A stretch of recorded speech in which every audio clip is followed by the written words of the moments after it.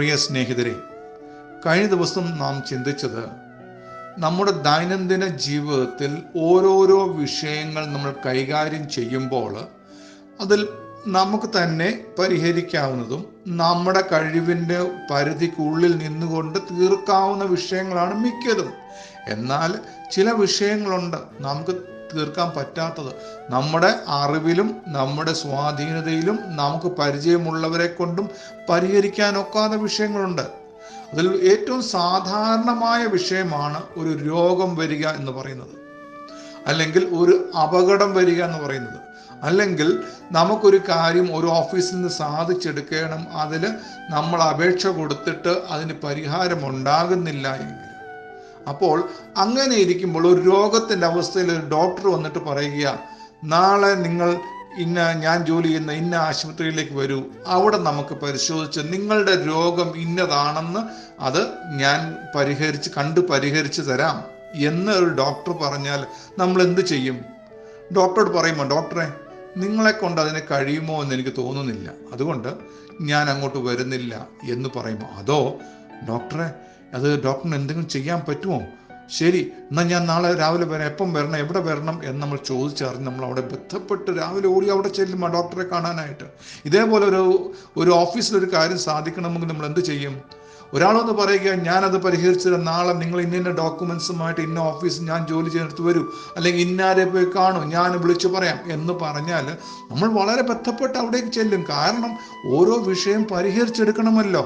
കാരണം ഒരു വിഷയം ഉള്ളപ്പോൾ ഇതിനോട് ചേർന്ന് പല വിഷയങ്ങൾ ഇതേപോലെ വരുമ്പോൾ നമുക്ക് വലിയ പ്രയാസമാണ്.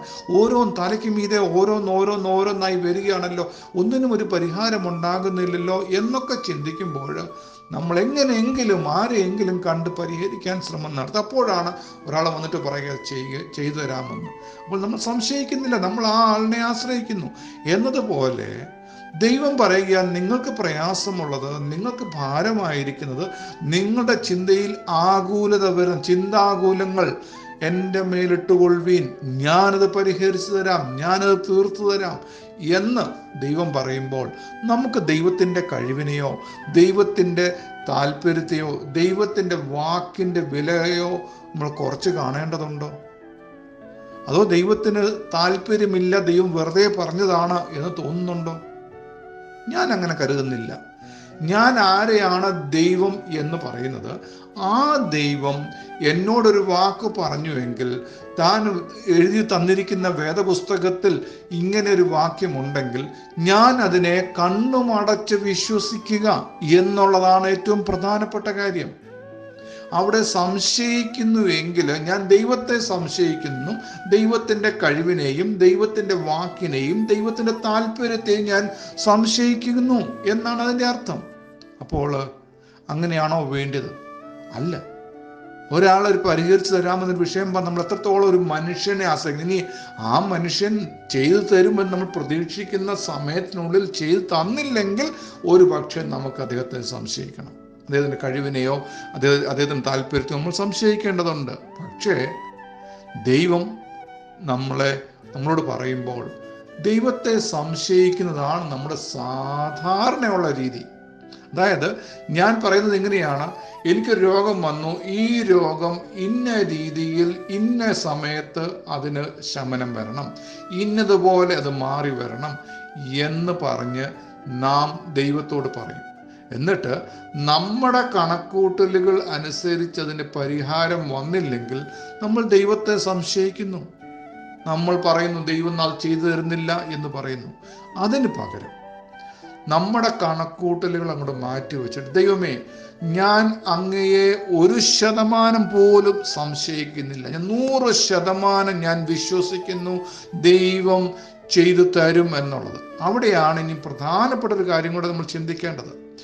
ദൈവം ഒരു കാര്യം ചെയ്യാൻ വേണ്ടി നമ്മൾ ആവശ്യപ്പെട്ടാൽ ദൈവം അത് ചെയ്തു തരാം എന്ന് ദൈവത്തിൻ്റെ വേദപുസ്തകത്തിൽ ബൈബിളിൽ ഉണ്ടെങ്കിൽ ആ വാക്കനുസരിച്ച് ഞാൻ ദൈവത്തോട് ചോദിക്കണം, ദൈവമേ, ഞാൻ ഈ വിഷയത്തിൽ എന്തെങ്കിലും ഞാൻ ചെയ്യേണ്ടതുണ്ടെങ്കിൽ എനിക്ക് പറഞ്ഞു തരണമേ. ദൈവം എന്തെല്ലാം ചെയ്യാം അത് ദൈവം ചെയ്തോളൂ. ദൈവം ചെയ്യുന്നതിനെ ഞാൻ സംശയിക്കുകയില്ല, ഞാൻ ചോദ്യം ചെയ്യുകയില്ല, ദൈവം ചെയ്തോളൂ. ഞാൻ ചെയ്യേണ്ടത് എന്തൊക്കെയാണെന്ന് എനിക്ക് പറഞ്ഞു തരണമേ, അത് ചെയ്യാനുള്ള കഴിവ് എനിക്ക് തരണമേ എന്നായിരിക്കട്ടെ നമ്മുടെ മനോഭാവം.